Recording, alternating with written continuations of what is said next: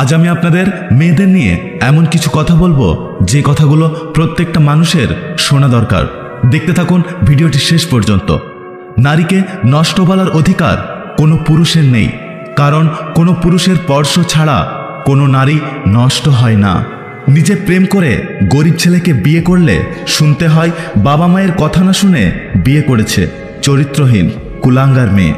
আর বাবা মার দেখা বড়লোক ছেলেকে বিয়ে করলে শুনতে হয় মেয়েটা টাকার লোভে বিয়ে করেছে। আমাদের সমাজ কন্যা সন্তান চায় না, কিন্তু সুন্দর পুত্রবধূ চাই। মেয়ে মানে জন্মের পরেই কালো না ফর্সা যাচাই করা হয়।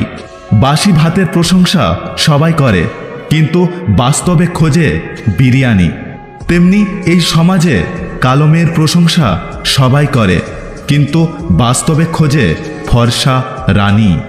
যে মেয়েটা আপনার বুকে ঘুমোয় সে আপনার কন্যা, যে মেয়েটা আপনার পাশে ঘুমোয় সেটা আপনার বউ, যে মেয়েটা আপনার পাশের রুমে ঘুমোয় সেটা আপনার আদরের ছোট বোন, আর যে মেয়ে আপনার জন্য নিজের ঘুম নষ্ট করে সে আপনার মমতাময়ী মা। তাহলে রাস্তায় আপনার পাশ দিয়ে হেঁটে যাওয়া মেয়েটা মাল হয় কিভাবে? আপনার পাশ দিয়ে হেঁটে যাওয়া মেয়েটাও তো কারোর না কারো ভালোবাসার মানুষ, কন্যা, বউ, কারো বা আদরের ছোট বোন। তাই সবাইকে বলছি, কোনো মেয়েকে বাজে কথা বা বাজে মন্তব্য করবেন না। মেয়েদের কষ্ট বোঝা অত সহজ নয়। তাদের সেই বাড়িতেই জায়গা হয় না যে বাড়িতে তাদের জন্ম হয়। মানুষ বড়লোক হলে ভুলে যায় সে একদিন গরিব ছিল, টিচার হলে ভুলে যায় সেও একদিন স্টুডেন্ট ছিল। ঠিক তেমনি অধিকাংশ মায়েরা শাশুড়ি হলে ভুলে যায় যে সেও একদিন বৌমা ছিল। একটা মেয়ে যে বাপের বাড়িতে এত আদরে থাকতো যে সে কোনো রান্নাই করতে পারতো না, কিন্তু শ্বশুর বাড়ি গিয়ে সেরা রাঁধুনি হয়ে ওঠে। ফ্যামিলির দিকে তাকিয়ে নিজের সব ইচ্ছে, সব আশাগুলোকে বিসর্জন দেওয়ার নাম হলো মেয়ে।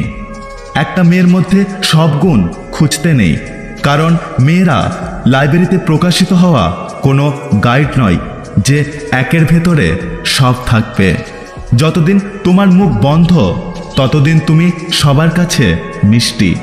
যেদিন তুমি মুখ খুলবে সেদিন থেকে তুমি সবার কাছে খারাপ হয়ে উঠবে।